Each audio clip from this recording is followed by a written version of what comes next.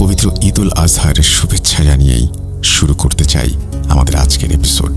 যারা বৃহস্পতিবার শুক্রবারের পরেও আরও একটা দিন ভয়ের রাজ্যে হারিয়ে যেতে চান, তাদের জন্যই এই বিশেষ আয়োজন। কথা না বাড়িয়ে আমরা সরাসরি চলে যাব ঘটনায়। আশা করছি আজকের ঘটনাটি আপনাদের ভালো লাগবে। আসসালামু আলাইকুম, আমি আয়মান। আবার লেখা শুরু করলাম কেরানীগঞ্জ থেকে। পবিত্র কোরআন হিফজ সম্পন্ন করে এক নতুন জীবনের সন্ধানে মাদারীপুরের কালকিনির পথে পা বাড়ালাম। গন্তব্য ছিল হিফজ শুনানির মজলিস। সেখানে পৌঁছানোর পর আল্লাহর অসীম কৃপায় অপ্রত্যাশিতভাবে একটি মসজিদে ইমামতির সুযোগও জুটে গেল। মাদ্রাসার ভেতরের সেই বিভীষিকাময় অধ্যায় পেরিয়ে ভেবেছিলাম এবার হয়তো কিছুটা শান্তির দেখা পাব, কিন্তু নিয়তি হয়তো অন্য কিছু লিখে রেখেছিল।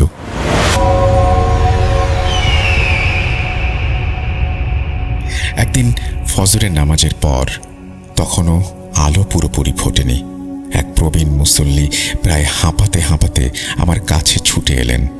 তার চোখ মুখে গভীর উদ্বেগ আর অসহায়ত্ব। মিনতি ভরা কণ্ঠে বললেন, হুজুর, দয়া করে একটু আমাদের বাড়িতে চলুন। তার ব্যাকুলতা দেখে আমি কিছুটা অবাক হলাম। জিজ্ঞেস করলাম, কেন চাচা, কোনো সমস্যা? চাচা এক গভীর দীর্ঘশ্বাস ফেলে বললেন, আর বলো না বাবা, আমার নাতনিটা গত 10-15 দিন ধরে বড়ই কষ্টে আছে। কত ডাক্তার, কত কবিরাজ, কত বড় বড় হুজুর দেখালাম, কিছুতেই কিছু হলো না।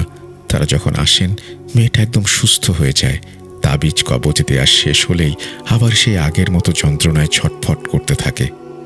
তাই সব দ্বিধা আর লজ্জা সরিয়ে তোমার কাছে ছুটে এসেছি বাবা। চাচার কথা শুনে আমি স্তম্ভিত হয়ে গেলাম। আমার আধ্যাত্মিক জগতের অভিজ্ঞতা তো একেবারেই ব্যক্তিগত, গোপনীয়। তিনি কি করে আঁচ করলেন যে আমি এই ধরনের কিছু করতে পারি?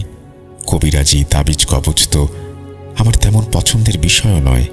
তাই খানিকটা নিজেকে গুটিয়ে নিয়ে এড়িয়ে যাওয়ার ভঙ্গিতে বললাম, চাচা, যেখানে এত অভিজ্ঞ ডাক্তার, কবিরাজ আর নামি দামি হুজুররা কিছু করতে পারেননি, সেখানে আমার মতো কোনো সাধারণ কিশোর আপনার কি সাহায্য করতে পারবে? কিন্তু চাচা নাছোড়বান্দা, তার চোখ মুখে দৃঢ় বিশ্বাস। তিনি আরও বিস্ময়কর কথা বললেন, বাবা, তুমি সাধারণ কেউ নও, তা আমরা সবাই জানি। আমার বিস্ময় আরও বাড়ল। সবাই জানেন? এর মানে কি? আপনারা আমার মধ্যে এমন কি দেখেছেন? তখন চাচা মুখ খুললেন। তার কথায় এলাকার এক অজানা অধ্যায় উন্মোচিত হল। তুমি হয়তো জানো না, এই মসজিদে বেশিরভাগ মুসল্লি এলাকার প্রভাবশালী এমপি চেয়ারম্যানদের লোক। তারা নিজেদের খেয়াল খুশি মতো মসজিদ চালান। আমি গত 25 বছর ধরে এই মসজিদে নামাজ পড়ছি। এমন কোনো শুক্রবার যায়নি যেদিন টাকা তোলা, নাম লেখা আর হুজুরদের বয়ান নিয়ে মসজিদে হট্টগোল হয়নি। কিন্তু তুমি আসার পর থেকে এই সমস্যাগুলো এমন নিখুঁতভাবে সামলেছ যা আগে কেউ পারেনি। আমি বললাম, শুধু এসব গুণ থাকলেই তো কেউ অতি প্রাকৃতিক কিছু করতে পারে না চাচা। তিনি প্রত্যুত্তরে যা বললেন তা আমার কল্পনার বাইরে ছিল। দৃঢ় স্বরে বললেন, হ্যাঁ, আমরাও তাই ভাবতাম যেদিন না তোমাকে মসজিদে রাতে ঘুমোতে দেখেছি। আমার কপালে চিন্তার ভাঁজ পড়ল। মসজিদে ঘুমানোতে আবার সমস্যা কিসের? চাচা বললেন, তুমি কি অন্য এলাকা থেকে এসেছ? আমার হ্যাঁ সূচক মাথা নাড়াতেই তিনি শুরু করলেন, তাহলে শোনো, এই এলাকায় এমন কেউ নেই যে এই মসজিদ সম্পর্কে জানে না। প্রায় 25 বছর আগে 2 ভাই একসঙ্গে চেয়ারম্যান পদে দাঁড়িয়েছিল। ভোটের ঠিক আগের দিন রাতে এক ভাইকে রহস্যজনকভাবে খুন করা হয়। তাকে এই মসজিদের জমিতেই কবর দেয়া হয়েছিল। তখন থেকেই রাতের বেলা এই কবরের আশেপাশে অদ্ভুত ভয়ঙ্কর সব কাণ্ড ঘটতে শুরু করে, যা এলাকার মানুষের রাতের ঘুম কেড়ে নেয়। তৎকালীন চেয়ারম্যানের নির্দেশে কবরের আশেপাশে রুকাইয়া করে এখানে মসজিদ নির্মাণ করা হয়, এই ভেবে যে হয়তো সমস্যার সমাধান হবে। কিন্তু কিছুতেই কিছু বদলায় না, বরং এই মসজিদটি রাতের বেলায় যেন এক অশরীরী শক্তির দখলে চলে যায়। তিনি 2 বছর আগে এক ভয়ঙ্কর রাতের কথা শোনালেন। বছর 2 আগের কথা। আমরা 5 থেকে 7 জন মুসল্লি এখানে এসে ইতেকাফে বসেছিলাম। রাত তখন খুব বেশি নয়, 11টা কিংবা 11:30 হবে। হঠাৎ এক অদৃশ্য শক্তি আমাদের 7 জনকেই টেনে হিঁচড়ে মসজিদের ছাদে ছুঁড়ে মারল। এরপর যা দেখলাম তাতে আমাদের ভয়ে জান পাখি উড়ে যাওয়া জোগাড়।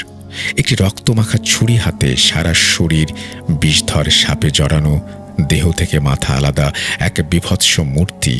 তার চোখে মুখে পচা মাংসের থেকে অজস্র পোকা কিলবিল করছিল, আর সেগুলো খোলসের মধ্যে ঝরে পড়ছিল। আমরা ভয়ে আল্লাহ আল্লাহ করতে করতে কোনো মতে ছুটে মসজিদের ভেতরে আশ্রয় নিলাম, কিন্তু তাতেও শেষ রক্ষা হলো না। আবারও সেই শক্তি আমাদের টেনে হিঁচড়ে ছাদে নিয়ে আছড়ে ফেলল। আমরা সবাই বুঝলাম এখানে আর এক মুহূর্ত থাকা সম্ভব না। বাধ্য হয়ে ইতেকাফ ভেঙে যে যার বাড়িতে পালিয়ে গেলাম। এরপর বহু বছর এই মসজিদ বন্ধ ছিল। অনেক হুজুর আলেম এসে সমস্যার সমাধান করতে পারেননি, এখানে রাত কাটানোর চেষ্টা করেছেন, কেউ সফল হননি। এই তো মাস 2 আগের ঘটনা। একজন বেশ সাহসী বড় আলেম এখানে ঘুমিয়েছিলেন, তাকেও টেনে হিঁচড়ে ছাদে নিয়ে এমনভাবে আছড়ে ফেলা হলো, তারপর তিনি পুরোপুরি ভেঙে পড়েন। চেয়ারম্যানের লোকেরা কড়া নির্দেশ দিয়েছিলেন, বাইরের কোনো হুজুর এলে তাকে যেন এই মসজিদ সম্পর্কে কিছু বলা না হয়। তুমি এখানে ঘুমাবে জানলে আমি আগেই তোমাকে সব বলতাম। আমি চাচার সমস্ত কথা মন দিয়ে শুনলাম। মসজিদটি তাহলে সত্যিই অস্বাভাবিক, কিন্তু এখন অগ্রাধিকার ওই অসুস্থ মেয়েটি। বললাম, চাচা, মসজিদের সমস্যা না হয় পরে দেখা যাবে, এখন চলুন আপনার নাতনিকে দেখে আসি। তার বাড়ির কাছাকাছি পৌঁছাতেই আমার মাথার চুলগুলো স্বয়ংক্রিয়ভাবে কেঁপে উঠল। বিপদ সংকেত। তাকিয়ে দেখি বাড়ির চারপাশে গাছের ডালে দেয়ালে অদ্ভুত ভঙ্গিতে গভীর মনোযোগে বসে আছে 4টি সাদা চোখ বিশিষ্ট 7টি ভয়ঙ্কর দর্শন রাক্ষসে পাখি। এগুলোর উপস্থিতি কোনো স্বাভাবিক ব্যাপার নয়। আমার চোখ যেন মুহূর্তেই একটা কিছু অনুভব করে নিল। ঘরে ঢুকে দেখলাম একজন পর্দানুসীন ধার্মিক মেয়ে বিছানায় শুয়ে আছে, কিন্তু এ কি দশা! একেবারে শুকিয়ে কাঠ, যেন কঙ্কালসার। তার শরীর থেকে একটি তীব্র পচা গন্ধও আসছিল, যেন জীবন্ত দেহ পচে গেছে। তার বাবা কাঁদতে কাঁদতে আমার পাশে এসে বসে, ভগ্ন কণ্ঠে বলে, হুজুর, এসএসসি পরীক্ষার আগ পর্যন্ত আমার মেয়েটি একদম স্বাভাবিক ছিল। তারপর একদিন সকল ছাত্রছাত্রীরা মিলে একসাথে ঘুরতে যায়। ফিরে আসার কয়েকদিন পর থেকেই তার অস্বাভাবিক আচরণ শুরু হয়। সারাক্ষণ এমনভাবে ছটফট করে যেন কেউ ধারালো ছুরি দিয়ে তার শরীর কাটছে। কি হয়েছে, কেন হচ্ছে, কিছুই বুঝতে পারছি না। আমি চোখ বন্ধ করে ঘটনার গভীরে যাওয়ার চেষ্টা করলাম। অতীন্দ্রিয় উপলব্ধি আমার কাছে সব পরিষ্কার হয়ে গেল। ঘটনাটি আসলে শুরু হয়েছিল একটি নোংরা কুনজর থেকে। হাই স্কুলে পড়ার সময় একটি ছেলে মেয়েটিকে ভালোবাসত, যদিও সেটাকে ভালোবাসা না বলে কুনজর বলাই ভালো। শিক্ষা সফরে গিয়ে ছেলেটি তাকে প্রেমের প্রস্তাব দেয়, কিন্তু মেয়েটি ধার্মিক হওয়ায় তাকে প্রত্যাখ্যান করে। ইসলাম যা সমর্থন করে না তা সে কোনোভাবেই করতে পারবে না। কয়েকবার প্রত্যাখ্যাত হওয়ার পর ছেলেটি রাগে ক্ষিপ্ত হয়ে ওঠে এবং মনে মনে প্রতিজ্ঞা করে, ও যদি আমার না হয় তাহলে কারোরই হতে দেব না।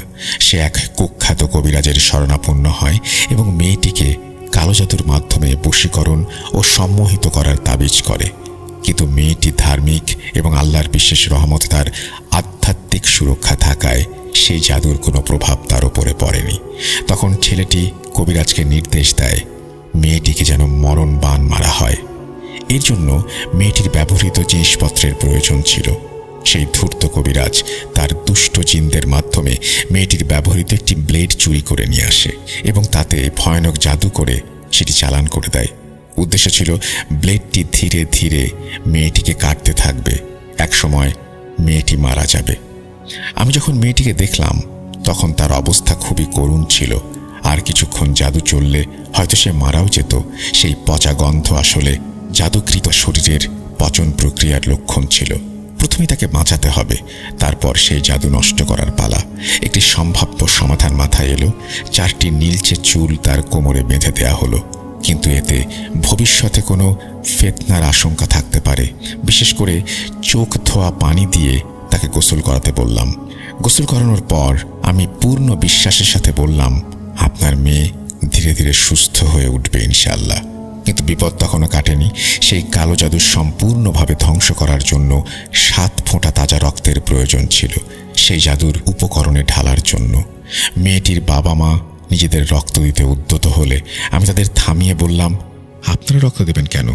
যে নিকৃষ্ট লোকগুলো এই জঘন্য কাজ করেছে তাদের রক্ত দিয়েই আমি এই জাদু নষ্ট করব ইনশাল্লাহ।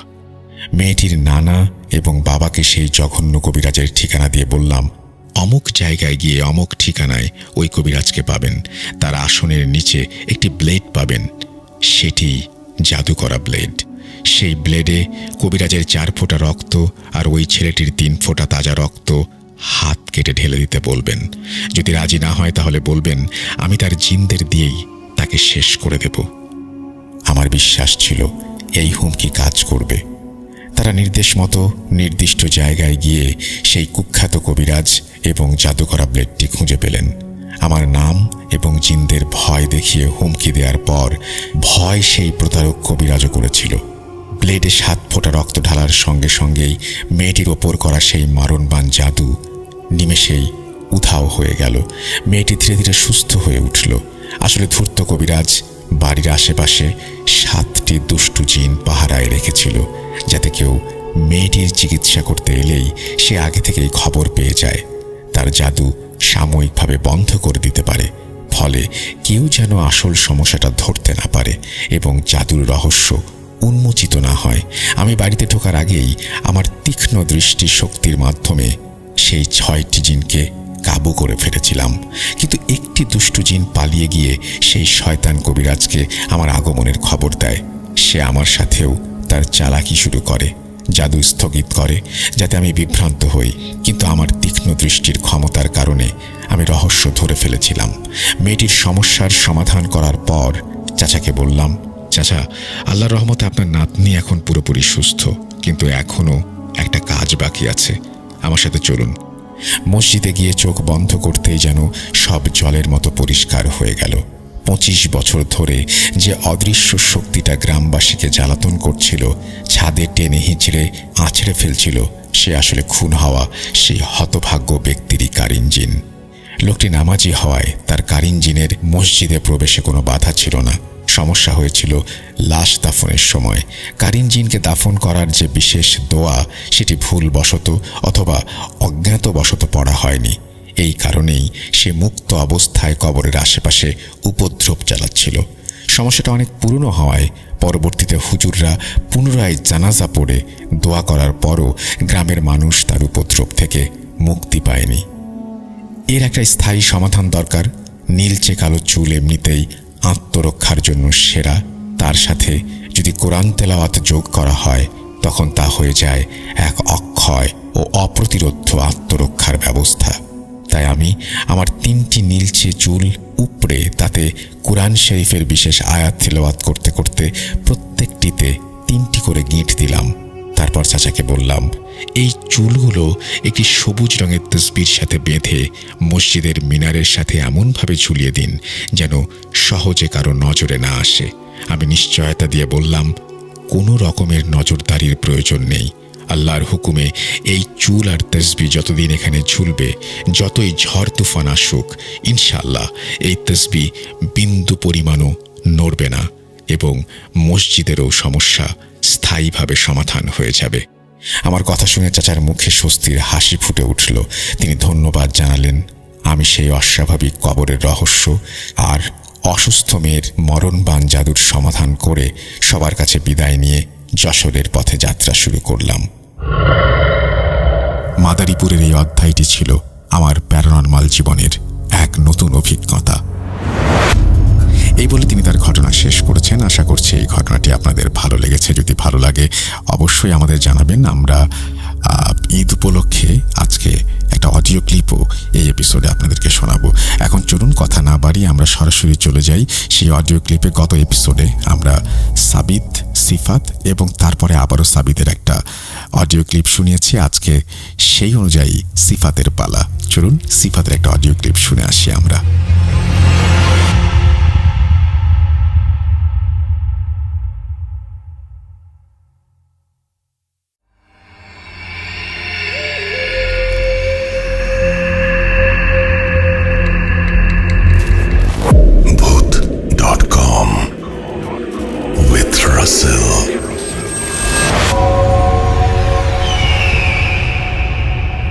আলাইকুম রাসেল ভাই ও প্রিয় লিসেনার্স, আশা করি আপনারা সবাই ভালো আছেন। আমি সিফাত আলম, ভূত.com একজন মডারেটর, বলছি চট্টগ্রাম থেকে। আজকে আমি আবারও নতুন একটি ঘটনা নিয়ে আপনার সামনে হাজির হলাম। আজকের ঘটনাটি আমাকে যিনি পাঠিয়েছেন তার নাম হচ্ছে ফাতিমা। তিনি হচ্ছে ওনার বয়স প্রায় 70 বছরের উপরে হতে পারে। তো উনি বর্তমানে ইউএস আছেন। তো ঘটনাটি আমি আপনাদের বোঝার সুবিধার্থে ওনার ভাষাতেই ঘটনাটি শেয়ার করছি। ঘটনার শুরুতে উনি সবাইকে সালাম জানান। তো আমি সরাসরি উনার ভাষায় ঘটনাটি বলতে শুরু করছি। আমার নাম ফাতিমা। আমি বর্তমানে ইউএসএ থাকি। আমার বয়স 70 ঊর্ধ্ব হবে। আমি কখনো ভাবিনি যে আমার ঘটনাটি আমি কখনো শেয়ার করতে পারবো। শুরু থেকে আমি ভূত.com শুনতাম। তো আজ কেন যেন না মনে হলো আমার ঘটনাটি সবার সাথে শেয়ার করি। তো আমার ঘটনাটি যখন ঘটে তখন আমার বয়স ছিল 9 থেকে 10 বছরের মতো। ঘটনাটি মূলত দেশভাগের আগের একটি ঘটনা। তো সে সময় আমরা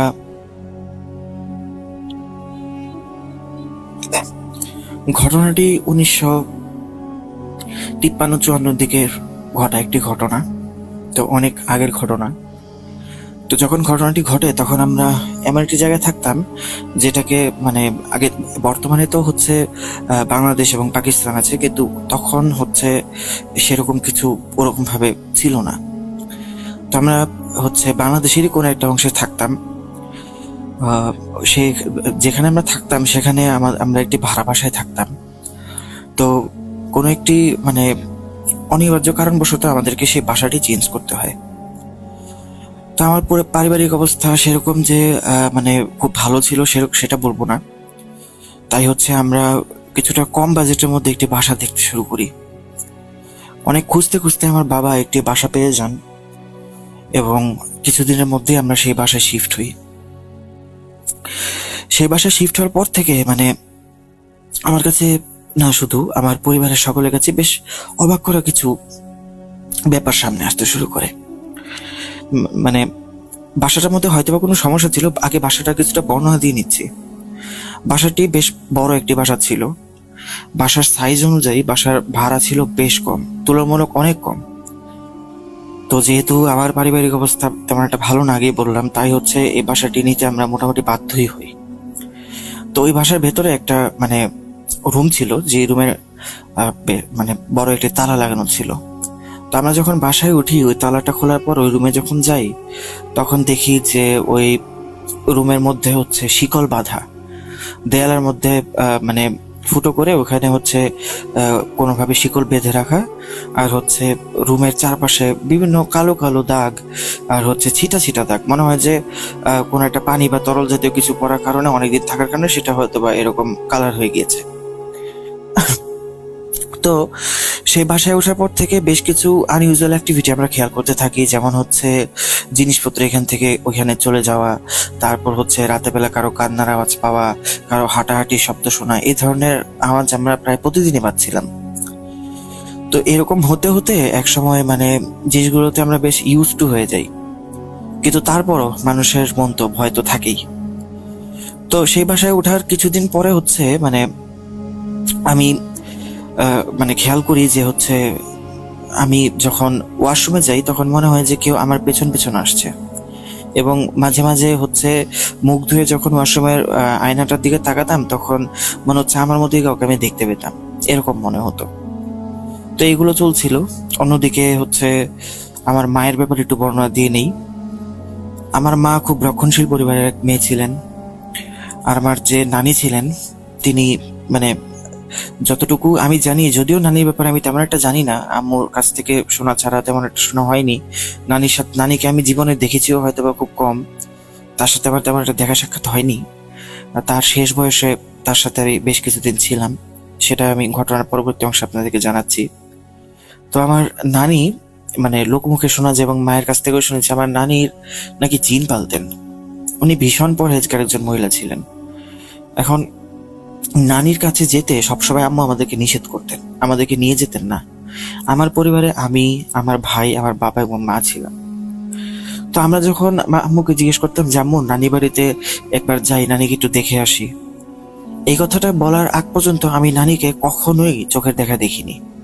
আম্মু সবসময় বলতো যে না, সেখানে যাওয়া যাবে না, যখন সময় হবে আমি তখন নিজেই নিয়ে যাব। তো আমি এটাও দেখতাম যে নানি যদি খুব বেশি অসুস্থ না হতেন বা কোনো ইমার্জেন্সি না হতো, আম্মু নিজেও নানি বাড়িতে যাওয়াকে বেশ অ্যাভয়েড করতেন, উনি খুব একটা যেতে চাইতেন না। আমি এটাও দেখতাম যে যখন আম্মু যেতেন, গিয়ে ম্যাক্সিমাম 2 ঘন্টা বা 2.5 ঘন্টার মধ্যে বাসায় ফিরে আসতেন। তো এইভাবেই সবকিছু চলতে থাকে, আর আমাদের বাসার সমস্যাগুলো তো লেগেই থাকে। তো আমি মাঝে মাঝে আম্মুকে বলতাম, আম্মু তুমি একটা কাজ করো না, তুমি যেহেতু বলো যে নানি জিন পালে, আর আমাদের বাসায় যেহেতু এরকম সমস্যা হচ্ছে, এটা তো কোনো মানুষ ঘটিত সমস্যা হতেই পারে না, কারণ এই বাসায় তো আর কেউ থাকে না, আমরা 4 জন ছাড়া। তো আমরা 4 জন এক রুমে ঘুমালেও যেহেতু সমস্যাগুলো হচ্ছে, তাহলে তো হয়তো বা কোনো সমস্যা রয়েছে এরকম, তো নানির সাথে একটু কথা বলো। কিন্তু আম্মু পারতপক্ষে নানির সাথে কথা বলে অ্যাভয়েডই করতেন। তো মূল ঘটনায় ফিরি। আমার মা একদিন রান্না করতে গেলেন রান্নাঘরে। আমি, আমার বাবা আর ছোট ভাই বসে বসে গল্প করছিলাম। তো এমন সময় হুট করে আমরা আম্মুর খুব জোরে একটা চিৎকার শুনতে পাই। তো চিৎকারটি শুনতে পেয়ে আমরা যখন আম্মুর কাছে যাবো যাবো চিন্তা করি, কিন্তু আমরা কেন জানি না 3 জনই কেমন জানি ফ্রিজ হয়ে যাই, যেতে চাচ্ছি কিন্তু কেন জানি যাচ্ছি না। খুব অদ্ভুত একটা ফিলিং ছিল। তো কিছুক্ষণ পর আম্মু আসে, প্রায় 5 থেকে 7 মিনিট পর আম্মু নিজেই আমাদের রুমে আসেন। আসার পর আব্বুর সাথে রাগারাগি করতে শুরু করেন যে আমি এত জোরে চিৎকার দিলাম, তুমি কি শুনতে পাওনি নাকি যে আমি চিৎকার দিচ্ছি? কোনো একটা সমস্যা হয়েছে তাই তো চিৎকার দিছি, তুমি কি ওখানে যেতে পারতে না? তো তখন আব্বু আম্মুকে বসানোর পর শান্ত করে বলেন যাচ্ছে কি হয়েছে আমাকে একটু বলো। তখন আম্মু তার গলার দিকে হাত দিয়ে দেখিয়ে দেন যে দেখো এখানে কি হয়েছে। পরে আব্বু আম্মুর গলার দিকে তাকিয়ে দেখেন আম্মুর গলার অনেকটা অংশ পুড়ে গেছে। তো আব্বু জিজ্ঞেস করে যে এটা কিভাবে হলো। তখন আমার আম্মু যা বলে তা আমি রান্না করছিলাম, মনে হলো পেছন থেকে কেউ এসে আমার গলায় হাত দিল, সজোরে হাত দিল, আর তার হাত ছিল প্রচন্ড রকমের গরম। সেই হাত লাগার সাথে সাথে আমার মনে হলো যে আমার এখানে যন্ত্রণা শুরু হলো, পুড়ে যাচ্ছে, এত গরম লাগছিল আমার, তাই আমি চিৎকার দিয়েছি। তো আব্বু যখন দেখেন তখন দেখেন যে সেখানে পুরোপুরি বোঝা না গেলেও একটা হাতের শেপের মতো কিছুটা বোঝা যাচ্ছে। তো আব্বু তখন আম্মুর সেখানে পানি ঢালেন, বরফ লাগান, আর মলম লাগিয়ে দেন। তো এইভাবে এই ঘটনাটা চলে গেল। তারপর একদিন আমি কোনো একটা কাজে বাইরে গিয়েছিলাম, মানে কোনো একটা দরকারে দোকানে গিয়েছিলাম আশেপাশের কোথাও। তো যখন আমি বাসায় ফিরলাম তখন দেখলাম যে একটা মহিলা, মহিলাটার আমাদের বাসায় থাকার কোনো কথাই না। আমি তখন বাসায় গেলাম, আমি বেশ অবাক তাকে দেখে। আমি বাসায় ঢুকে তারপরে আম্মুকে জিজ্ঞেস করলাম, আম্মু তুমি কি কোনো কাজের মহিলা আনছো নাকি, যে আমি যে মহিলাকে দেখলাম? তখন আম্মু বললো না, আমি কাজের মহিলা কেন আনবো, আমাদের কি আর্থিক অবস্থা সেরকম ভালো যে আমরা কাজের মহিলা আনতে পারি? তারপর আমি তখন আম্মুকে সবকিছু জানালাম। আম্মু তখন বললো যে তোমরা আর ওই রুমের দিকে যেও না। তারপর আমি ওই মহিলাকে এরপরে প্রায় সময় দেখা শুরু করি। সে আমার রুমে ঘুরঘুর করতে থাকে, তারপরে স্বপ্নে আসে, স্বপ্নে এসে আমাকে বেশ উল্টাপাল্টা কথা বলে, যেমন এই বাসা ছেড়ে দাও, এই বাসা আমার, এই বাসা আর কারো না, এখানে আমি যা যাবো তাই হবে, অন্য কেউ থাকতে পারবে না, থাকলে আমি মেরে ফেলবো, এই ধরনের কথাবার্তা বলে। যতভাবে একজন মানুষকে ভেতর থেকে ভেঙে ফেলা যায়, ঠিক সেরকম কথাগুলো সে আমাকে বলতে শুরু করে। তো এক পর্যায়ে আমি আর সহ্য করতে না পেরে আমি আম্মুকে তখন বলি যে আম্মু আমার সাথে তো এরকম হচ্ছে। তো আম্মু আমার কথা শোনেন। আমি আম্মুকে এরপরও বলি যে আম্মু তুমি একটু নানুর সাথে দয়া করে যোগাযোগ করো। আম্মু তারপরও তেমন একটা প্রতিক্রিয়া দেখান না। এরপর একদিন এমন এক ঘটনা ঘটে যার কারণে মোটামুটি আম্মু বাধ্যই হয়ে যান ঘটনাটি নানুর সাথে শেয়ার করার জন্য। তো যে ঘটনাটি ঘটে সেটা আমি আপনার সাথে শেয়ার করছি। সেটা আমার বাবা প্রচুর সিগারেট খেতেন। উনি বলতে গেলে চেইন স্মোকার টাইপের একজন মানুষ ছিলেন। প্রত্যেক 10 মিনিট 15 মিনিট বা 30 মিনিট পর পর ওনার মুখে সিগারেট থাকতোই। তো ওনার আবার একটা অভ্যাস ছিল, সিগারেট খাওয়ার সময় যদি কখনো ওনার ওয়াশরুমে যাওয়ার প্রয়োজন পড়তো, উনি অ্যাশট্রের মধ্যে সিগারেটটা জ্বলন্ত অবস্থায় রেখে সেখান পরে ওয়াশরুমে চলে যেতেন, ওয়াশরুম থেকে এসে বাকিটুকু খেতেন। তো এরকম একদিন আব্বু জ্বলন্ত সিগারেট অ্যাশট্রের মধ্যে রেখে ওয়াশরুমে গেছেন। তো ওয়াশরুম থেকে উনি বের হয়ে দেখেন, উনি ওয়াশরুম থেকে বের হওয়ার আগে প্রচন্ড চিল্লাপাল্লার আওয়াজ শুনতে পান। উনি দ্রুত ওয়াশরুম থেকে বের হন, বের হয়ে চিন্তা করেন যে কি হলো, কি কিসের এত চিল্লাপাল্লা। উনি ওয়াশরুম থেকে বের হয়ে দেখেন যে আমাদের বাবা মা রুমের যে পর্দাগুলো ছিল সেগুলো দাউ দাউ করে তুলছে আগুনে, এবং সেখানে ওই পর্দার মধ্যে হচ্ছে এই সিগারেট, যেটা আব্বু জ্বলন্ত সিগারেট রেখে গিয়েছিল সেটা পর্দার মধ্যে এটাই আছে, মানে লাগানো অবস্থায় আছে, সেটা থেকে আগুন মানে লেগেছে। তো আর চিল্লাপাল্লা হচ্ছে বাইরে থেকে মানুষজন চিল্লাপাল্লা করছে, আগুন আগুন আগুন আগুন এরকম করে চিল্লাপাল্লা করছে। তো এলাকাবাসীর সহযোগিতায় এবং নিজেদের চেষ্টায় আমরা হচ্ছে পরবর্তীতে অনেক কষ্টে আগুনটাকে নিয়ন্ত্রণে আনতে সক্ষম হই। আলহামদুলিল্লাহ কারো তেমন কোনো ক্ষতি হয়নি। এসব কিছুর পর হচ্ছে আম্মু আব্বুকে প্রচন্ড বকাবাদি করতে শুরু করে যে তুমি এভাবে সিগারেট খাও, তুমি সিগারেট মানে জ্বলন্ত অবস্থায় রেখে গেছো, কোন খেয়ালে খাইছো, এই জন্য এরকম হয়েছে, এতে অনেক বড় ক্ষতি হতে পারতো। কিন্তু আব্বু বারবার হচ্ছে মানে আমার মানে মৃত দাদির কসম খেয়ে বলছিল যে আমি সিগারেট অ্যাশট্রে দিয়ে রেখে গেছি, আমি কি পাগল নাকি যে সিগারেট আমি ইয়াতে জানলার মধ্যে বা হচ্ছে পর্দার সাথে লাগিয়ে লাগিয়ে রেখে যাব। কিন্তু আম্মু কিছুতেই আব্বুর কথা বিশ্বাস করলো না তখন। এরপর একদিন মানে আব্বু আবার সিগারেট খাচ্ছিলেন, ওই সময় আম্মুই রুমের মধ্যে ছিল, আম্মু ছিলেন রুমের মধ্যে। তো সেই দিনও আবার একই কাহিনী ঘটে। আম্মু খুব ভালো মতোই খেয়াল করেন যে আব্বু সিগারেটটা ওইখানে রেখে গেছে, কিন্তু হুট করে মানে পর্দার নিচ থেকে আম্মু দেখেন যে মানে আগুনের ফুলকি বের হওয়া শুরু হয়েছে। তারপর আম্মু যখন পর্দার দিকে তাকান তখন দেখেন যে নিচে সিগারেটটা পড়া অবস্থায় আছে পর্দার সাথে কিছুটা দূরত্বে, এবং মানে আগুন লাগার কারণে পর্দাটা একটু ছিঁড়ে গিয়ে সিগারেটটা নিচে পড়ে গেল, এরকম একটা দৃশ্য দেখলেন আম্মু। তারপর সাথে সাথে আম্মু অ্যাশের দিকে তাকিয়ে দেখেন সেখানে কোনো সিগারেট নেই, জ্বলন্ত কোনো সিগারেট সেখানে নেই। যেহেতু সেদিন আগুন তেমন বেশি ছিল না, তো তাই আম্মু হচ্ছে মানে দ্রুত আব্বুকে ওয়াশরুম থেকে ডাকেন এবং বালতি করে পানি নিয়ে এসে আগুনটা নিভিয়ে ফেলেন। তো সেই দিন আম্মুর বিশ্বাস হয় যে আব্বু আসলে মানে সত্যি কথাই বলছিল। তো এর কিছুদিন পর আম্মু চিন্তা করে যে আসলে এখন কি করা যায়। তো এই সমস্যাগুলো দিন দিন বাড়তেই আছে। তো এভাবে চলতে চলতে একদিন একটা ঘটনা ঘটে।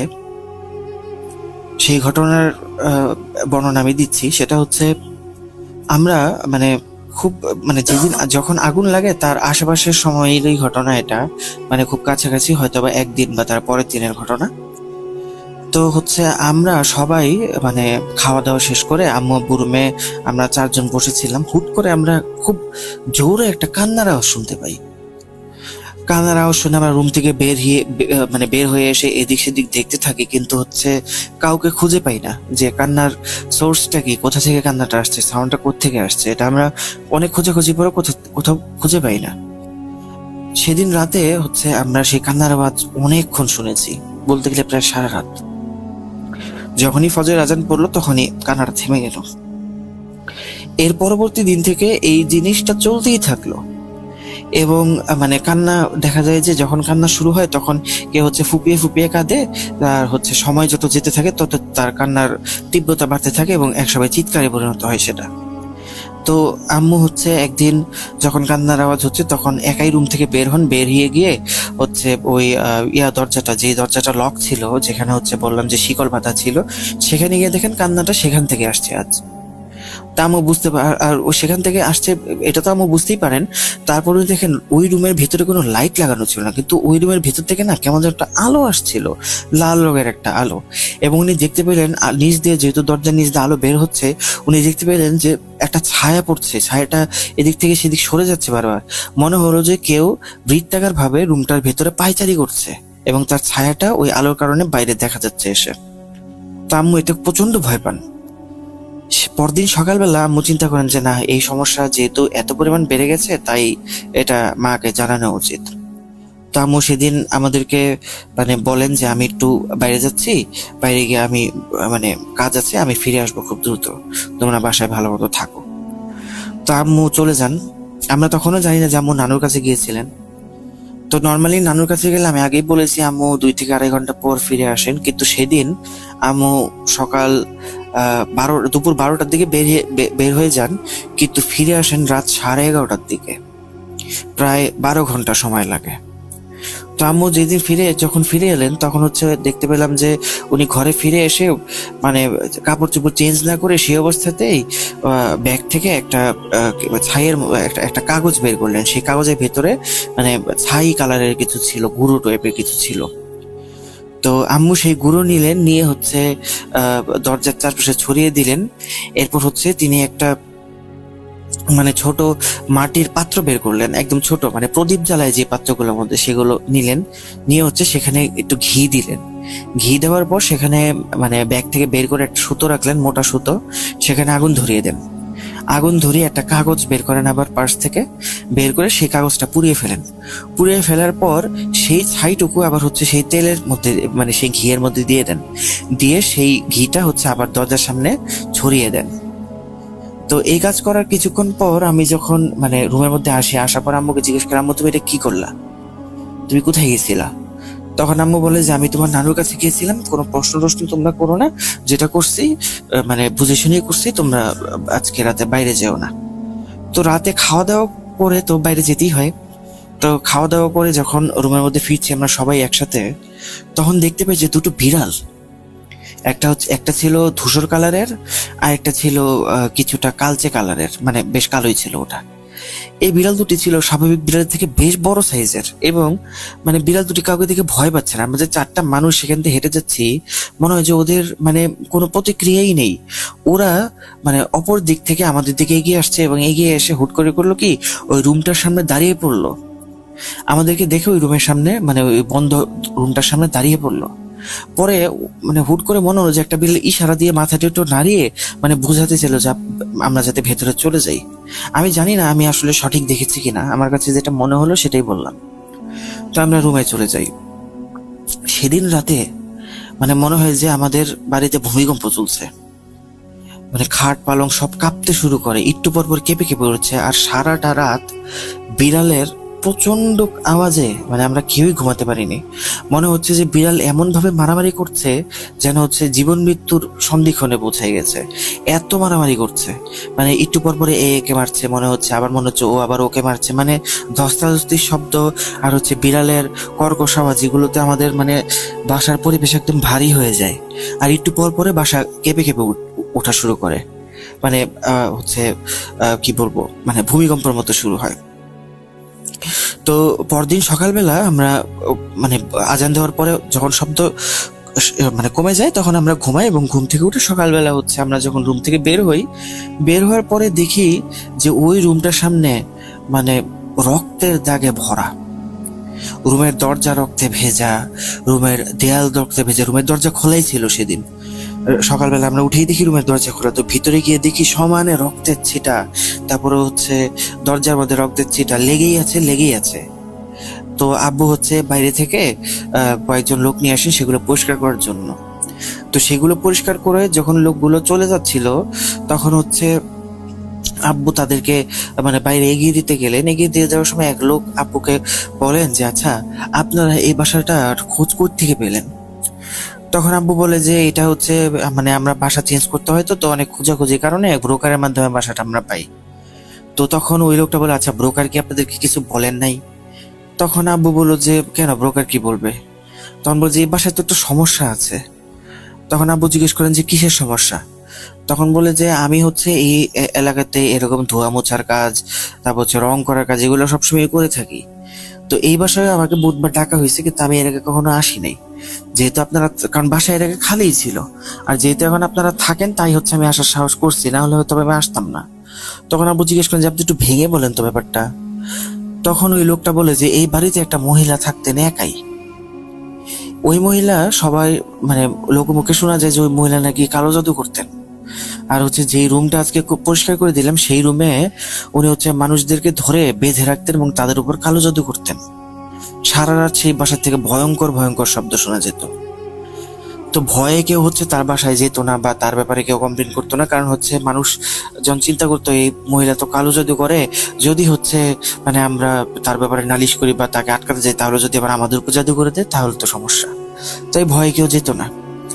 কিন্তু এক এলাকাবাসী একবার করছিলেন কি, এরকম সমস্যা দেখে উনি আর থাকতে না পেরে, মানে ওই বাসারই প্রতিবেশী ছিলেন তিনি, উনি থাকতে না পেরে উনি মানে পুলিশে কমপ্লেন করেন। তো পুলিশ এসে সেই মহিলাকে ধরে নিয়ে যায় এবং সেখান থেকে মানুষের কঙ্কাল, হাড্ডি, মানে মৃতদেহের ধ্বংসাবশেষ সেগুলো উদ্ধার করা হয়। পরবর্তীতে সেই মহিলাকে যাবজ্জীবন কারাদণ্ড দেওয়া হলেও সেই মহিলা হচ্ছে জেলখানার ভেতরেই মানে হচ্ছে কোনোভাবে আত্মহত্যা করে। এরপর থেকেই বাসা খালি ছিল, প্রায় 10-15 বছর খালি ছিল। আপনারা এই প্রথম হচ্ছে 10-15 বছর পরে থাকতে এলেন। তখন হচ্ছে আব্বু বেশ ভয় পান এগুলো শুনে ভয় পাওয়ার পর আব্বু হচ্ছে আম্মুর কাছে এসে সবকিছু বলেন। তখন আম্মু বলেন যে তুমি যে আমাকে এগুলো বললা, এগুলো আমি আগে থেকেই জানি। তখন আব্বু বললেন যে তুমি জানো, তাহলে তুমি আমাকে বললো না কেন?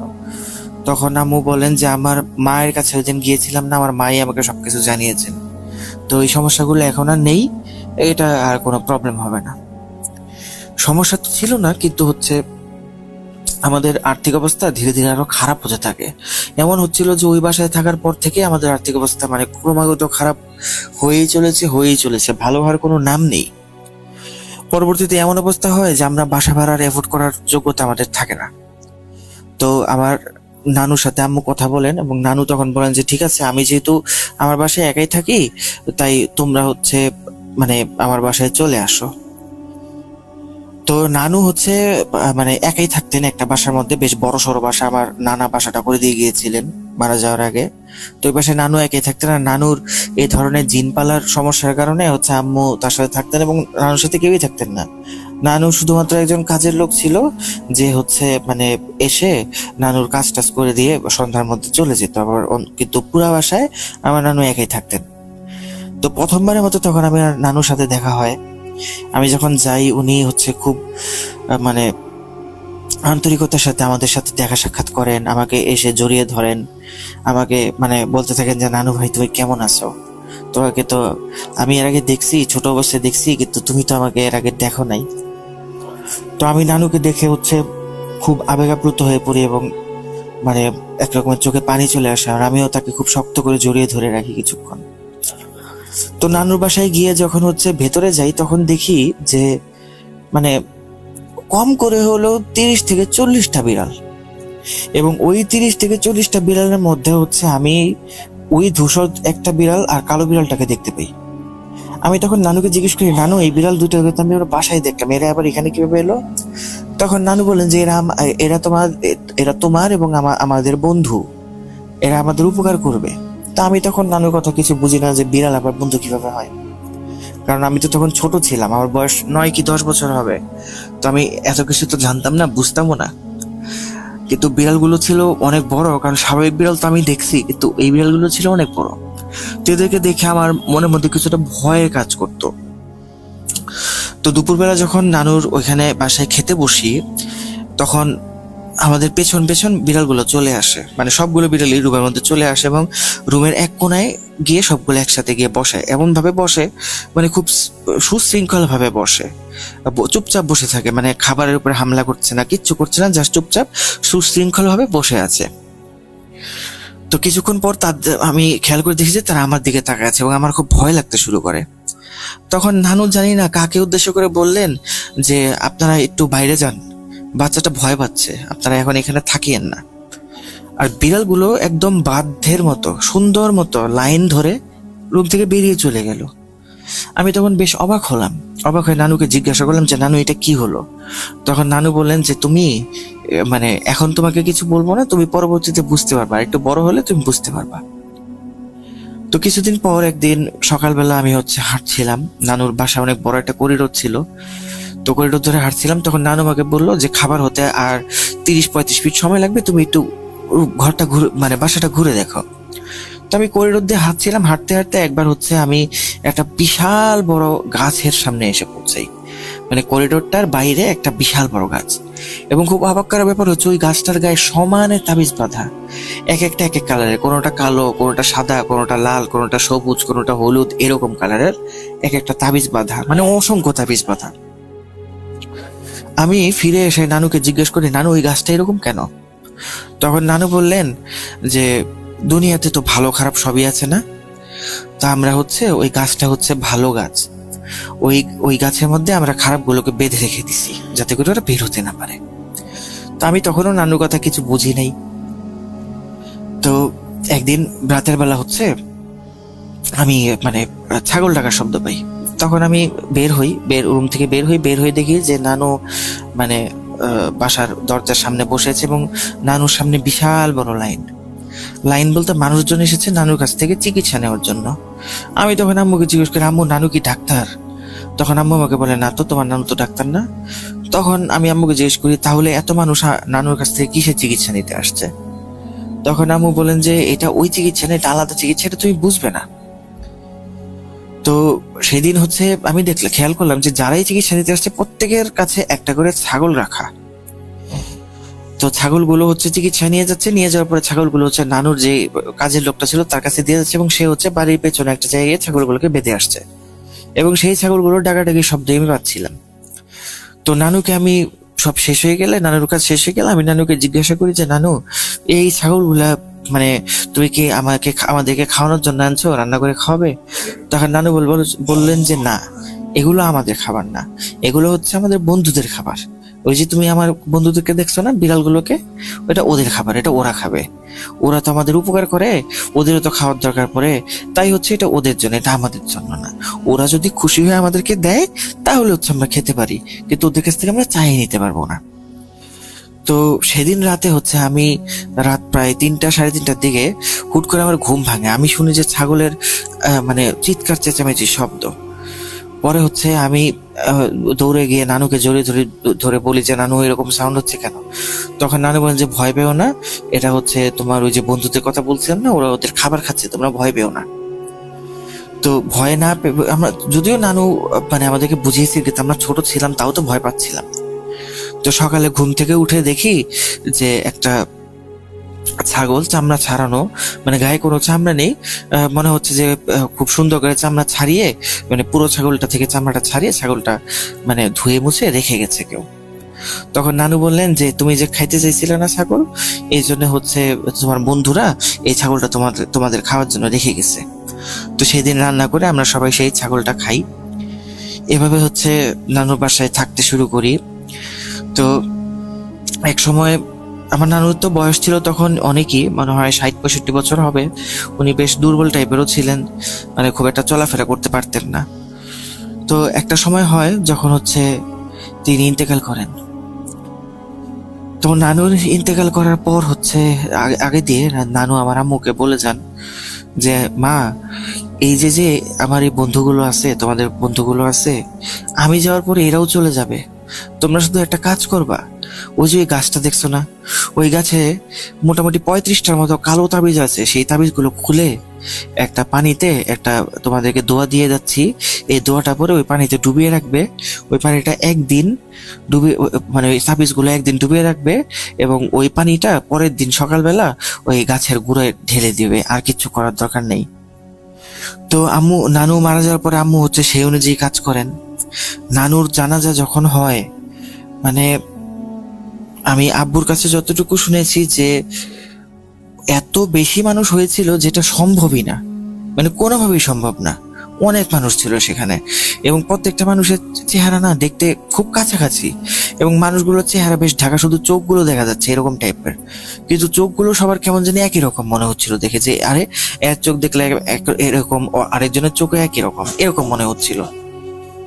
তো নানু মারা যাওয়ার পর হচ্ছে আম্মু নানুর কথা মতো কাজগুলো করেন।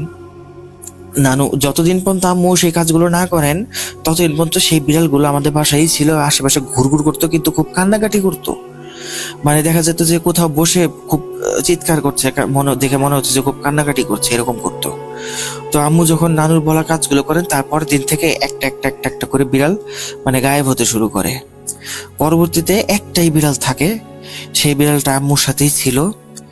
আমি একটু এরপর যখন ওই বিড়ালটাকে মানে আমার খুব পছন্দ ছিল, ওটা ছিল একটা মানে ক্যালিকো কালারের বিড়াল, মানে গায়ের মধ্যে কালো, সাদা, ধূসর, তারপর হচ্ছে কমলা, হলুদ, এই টাইপের কালার ছিল তার গায়ের মধ্যে। ওটা আমাদের সাথেই থাকতো। তো ওটাকে আমি আবার খুব পছন্দ করতাম, খুব আদর করতাম, ও সবসময় আমাদের সাথেই থাকতো, মানে আমার সাথে খুব বেশি লেগে থাকতো। তো ওই বিড়ালটা একদিন হচ্ছে মানে হুট করে হারিয়ে যায়। আমি তখন আম্মুকে জিজ্ঞেস করি, আম্মু বিড়ালটাকে খুঁজে তো পাইতেছি না।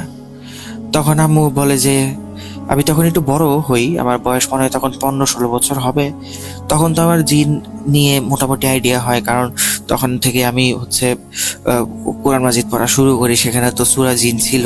আমি আম্মুর কাছে জানতে চাইলে আম্মু আমাকে সবকিছু বুঝিয়ে বলেন।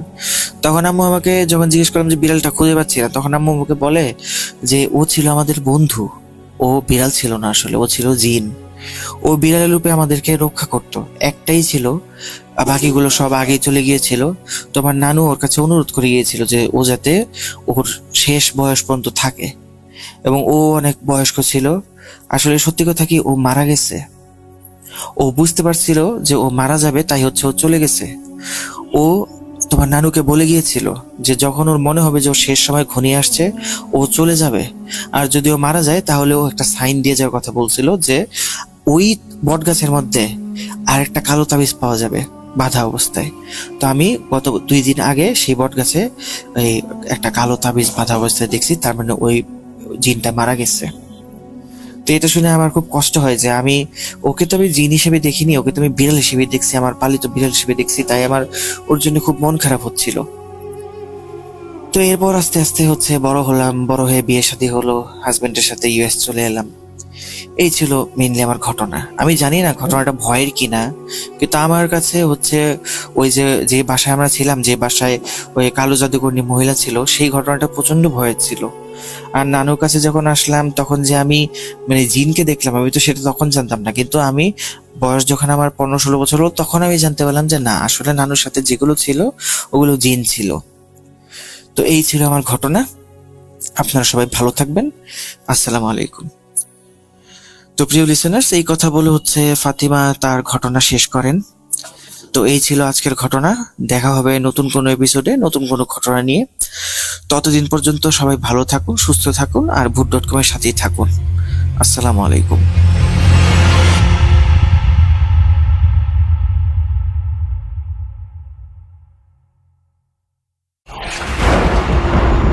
লুকোচুরি খেলবে? লুকোচুরি? You will never be alone.com.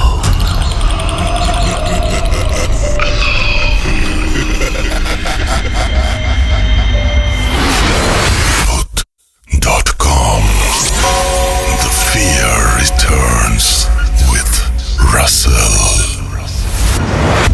শুনছিলেন সিফাতের পাঠানো একটি অডিও ক্লিপ। আশা করছি সেই ক্লিপটি আপনাদের ভালো লেগেছে। আমরা এই মুহূর্তে সাবিতের পাঠানো একটি অডিও ক্লিপ শেয়ার করতে চাই এবং সেই সাথে শেষ করতে চাই এই অডিও ক্লিপের মাধ্যমে আমাদের আজকের এই এপিসোডটি। তো চলুন আমরা শেষ অডিও ক্লিপটি শুনে আসি এই মুহূর্তে।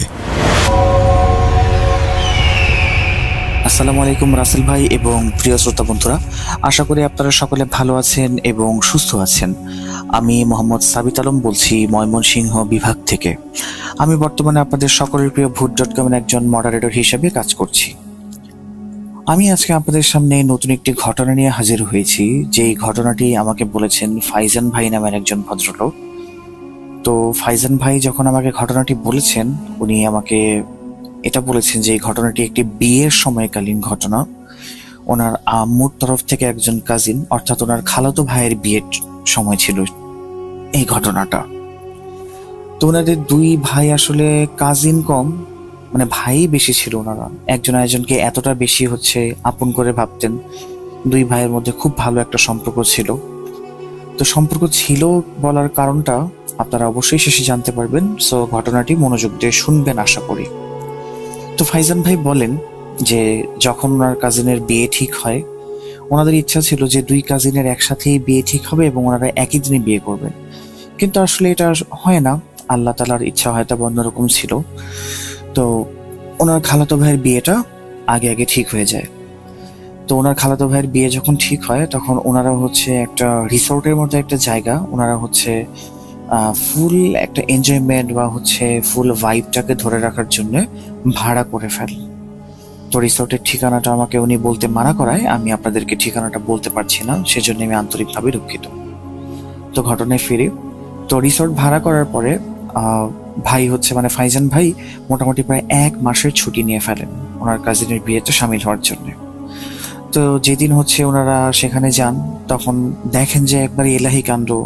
আশেপাশে এত সুন্দর লাইটনিং, তারপরে হচ্ছে এত এত বিভিন্ন ধরনের প্লে প্রোগ্রামস, সুইমিং পুল, গান বাজনা, ক্রিকেট গ্রাউন্ড, তারপর হচ্ছে সন্ধ্যের দিকে ছেলে মেয়ে মানুষের গানের প্রতিযোগিতা। মানে একটা বিয়েতে যতটুকু এনজয় করা যায় আর কি। এরপরে কাজিনদের হ্যাং আউট, মানে অনেক কিছুই, অনেক এলাহি ব্যাপার। তো মোটামুটি প্রথম দিন যখন হচ্ছে সমস্ত প্রোগ্রাম শেষ করে ফাইজান ভাই রাতে শুতে আসেন, তখন ওনার জন্য একটা ইন্ডিভিজুয়াল রুম ব্যবস্থা করা হয়, যেহেতু উনি গেস্ট। তো উনি যখন রাতের বেলা শুয়ে থাকেন, ঘুমিয়ে গেলেন। উনি খুবই টায়ার্ড ছিলেন সারাদিন প্রোগ্রামের পরে। তো উনি যখন ঘুমাচ্ছিলেন তখন উনি একটা স্বপ্ন দেখেন, খুবই অদ্ভুত একটা স্বপ্ন দেখেন। উনি দেখেন যে উনি নিজে বিছানায় ঘুমিয়ে আছেন এবং উনি আবার নিজেই বিছানার সামনে দাঁড়িয়ে আছেন, অর্থাৎ উনি নিজেকে ঘুমন্ত অবস্থায় দেখছেন। এবং এই স্বপ্নে উনি দেখতে পাচ্ছেন যে ওনার আশেপাশে আরো কিছু ব্যক্তিবর্গ রয়েছে, যারা একে অপরের সাথে ফিস করে বলা বলি করছে যে এই ছেলে এখানে কি কারণে ঘুমাচ্ছে, এটা তো আমাদের রুম, ও কেন আমাদের রুমটা নিয়ে নিল, আমরা তো ওকে এই রুমে অ্যালাউ করবো না, আমরা চাই না ও এখানে থাকুক। তো তখন যেই ফাইজান ভাইটা দাঁড়িয়েছিলেন বেডের সামনে, উনি কি করলেন, পানির একটা গ্লাস দিলেন হাতে এবং ওনাকে ওঠানোর চেষ্টা করছিলেন, মানে নিজেকেই নিজে ওঠানোর চেষ্টা করছেন যে ঘুম থেকে ওঠো, তোমার আশেপাশে লোকজন আছে, ঘুম থেকে ওঠো। যখন উনি উঠছেন না, তখন যে ফাইজান ভাই হচ্ছে বেডের সামনে দাঁড়িয়েছিলেন, উনি পানির গ্লাসটা ঘুমন্ত ফাইজান ভাইয়ের উপরে একেবারে ঢেলে দেন এবং ওই টাইমে ওনার ঘুমটা ভেঙে যায়। তো আমি লিসনারদের বোঝার সুবিধার্থে আরেকটু সুন্দর করে বলি বিষয়টা, যে ফাইজান ভাই যে ড্রিমটা দেখছিলেন, সেই ড্রিমের ভেতরে উনি নিজেকেই নিজে দেখছিলেন এবং নিজের দুইটা অবয়ব দেখছিলেন, যেখানে একজন ঘুমাচ্ছিলেন এবং একজন নিজেকেই দেখছিলেন। আশেপাশে অনেক লোক ছিল যারা কথাবার্তা বলছিল যে এই ছেলে কি কারণে আমাদের ঘরে, এটা তো আমাদের জায়গা। তো উনি নিজেকেই এই অবস্থা থেকে ঘুম থেকে তোলার জন্য নিজের উপরে পানি ছিটকে মারেন। তো এই পানিটা যখন ওনার মুখে লাগে, তৎক্ষণাৎ ওনার ঘুমটা ভেঙে যায়। উনি ঘুম থেকে উঠে চিন্তা করেন যে এটা আবার কেমন স্বপ্ন, কেমন কনফিউজিং একটা ড্রিম, এমন ড্রিম আবার আসে নাকি। তো উনি এটাকে জাস্ট একটা ড্রিম ভেবে বিছানা থেকে উঠে জানালার কাছে গিয়ে সিগারেট খাওয়ার চেষ্টা করছিলেন। এই টাইমে উনি দেখেন কি যে ওনার গেঞ্জি এবং ওনার গলাস গেঞ্জি এবং আশেপাশের বিছানার চাদর ভেজা, ওনার মুখ পর্যন্ত ভেজা, চুল পর্যন্ত ভেজা। উনি ভাবছিলেন কি যে ভয়ে হয়তো উনি ঘেমে গেছেন, কিন্তু ওনার লোয়ার বডি যেটা ছিল বুকের নিচ থেকে সেই জায়গায় কিন্তু একটু ভিজা নেই। ঘামলে তো একটা মানুষের সম্পূর্ণ শরীর ঘামে, কিন্তু উনি শুধুমাত্র আপার বডি ওনার ঘামা ছিল। তো উনি চিন্তা করলেন কি এটা কেমন ড্রিম, যে আমি স্বপ্ন দেখলাম যে আমি নিজেকে পানি মারলাম আর এদিকে দেখা যাচ্ছে যে আসলেই আমার গায়ে পানি, এটা কেমনে সম্ভব। আচ্ছা যাই হোক, সকালে আম্মুর সাথে এই বিষয়ে কথা বলবো নি।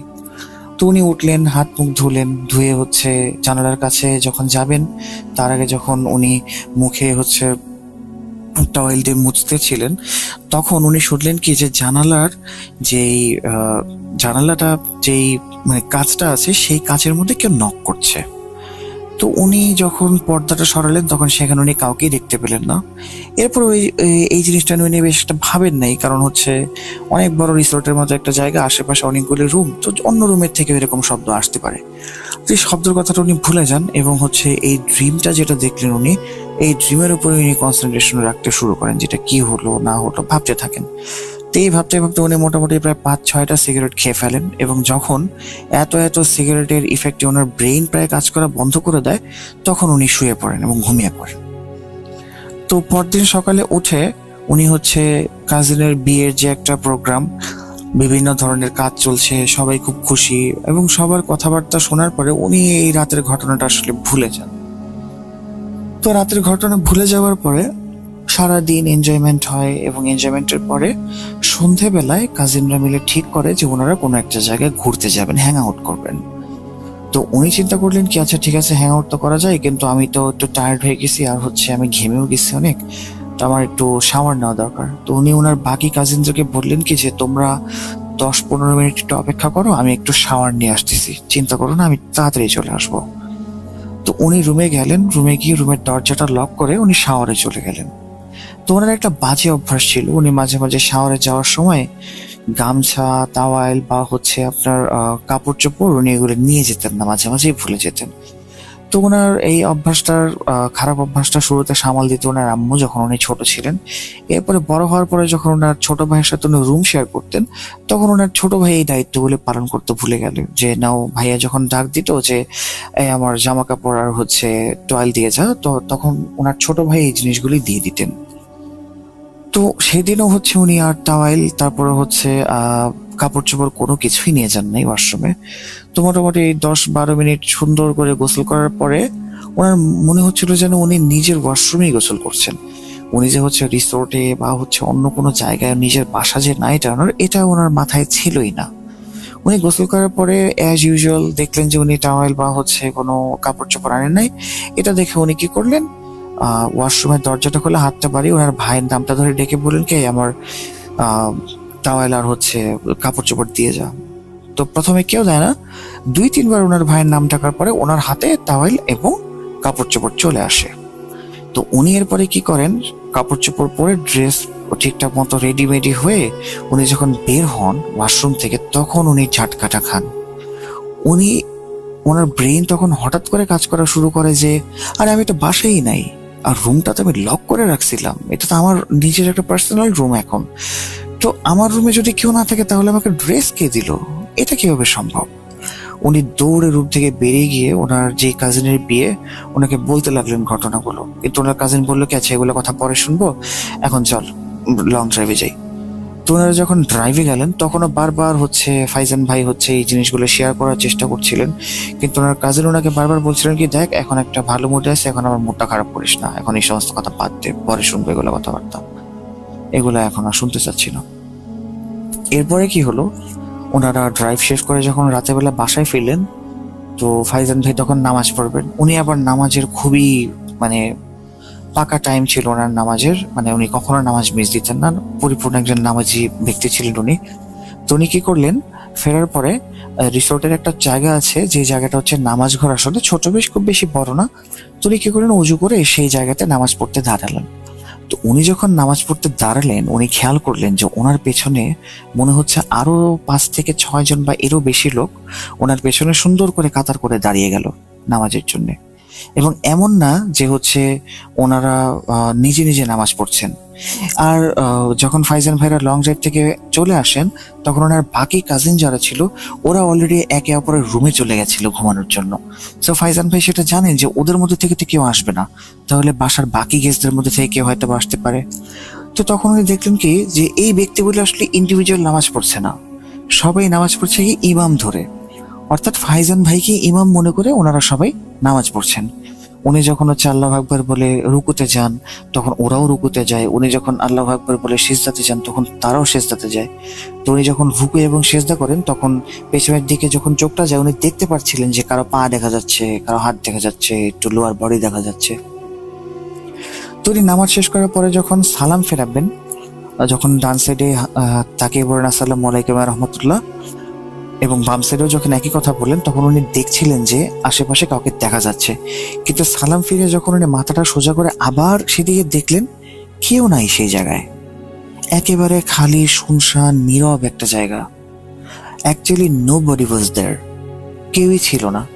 এটা দেখে উনি ভয়ে দোয়া না করেই দৌড়ে চলে যান ওনার আরেক কাজিনের রুমে এবং দরজা নক করতে থাকেন। রাত তখন প্রায় 1টা-1:30।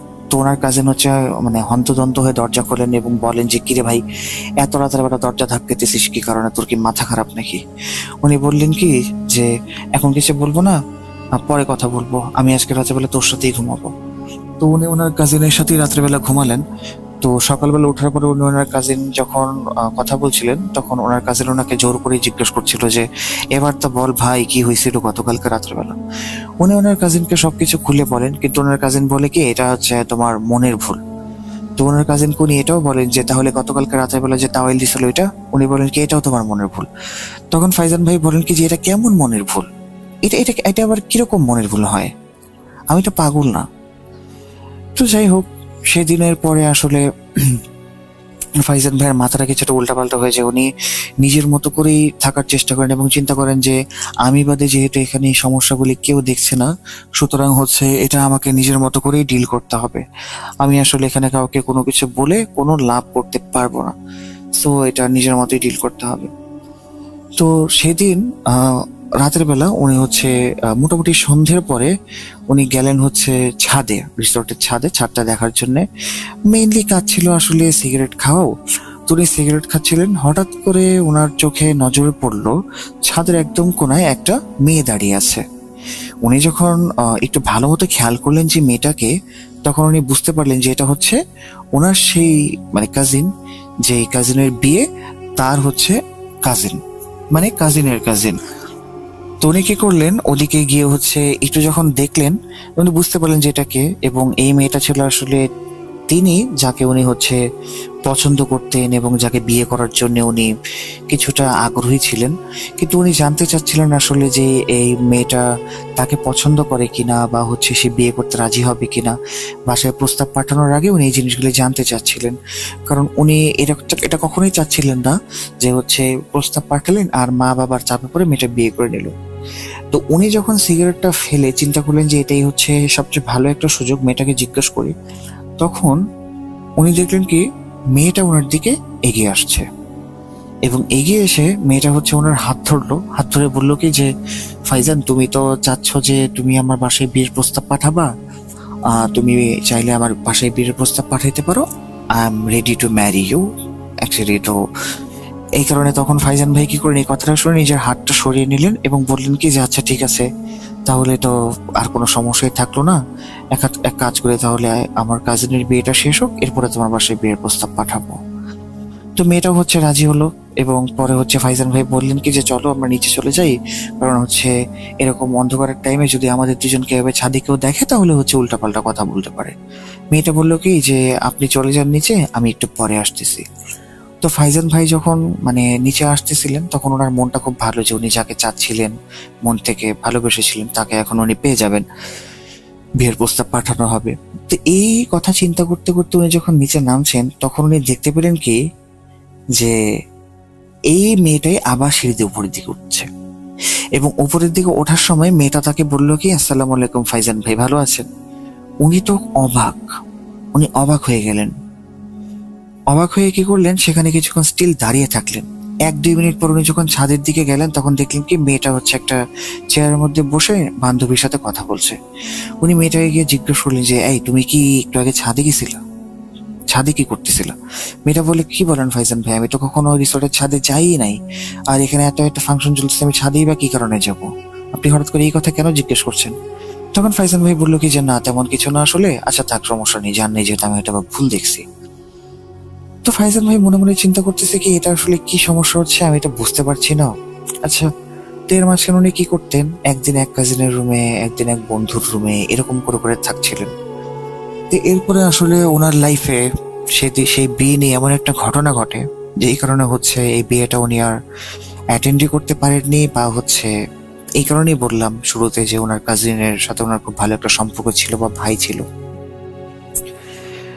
মোটামুটি প্রায় 3-4 দিন পরের রাতে ফাইজান ভাইয়ের রাত 8টার দিকে মোটামুটি ভালো ঘুম ধরে যায়।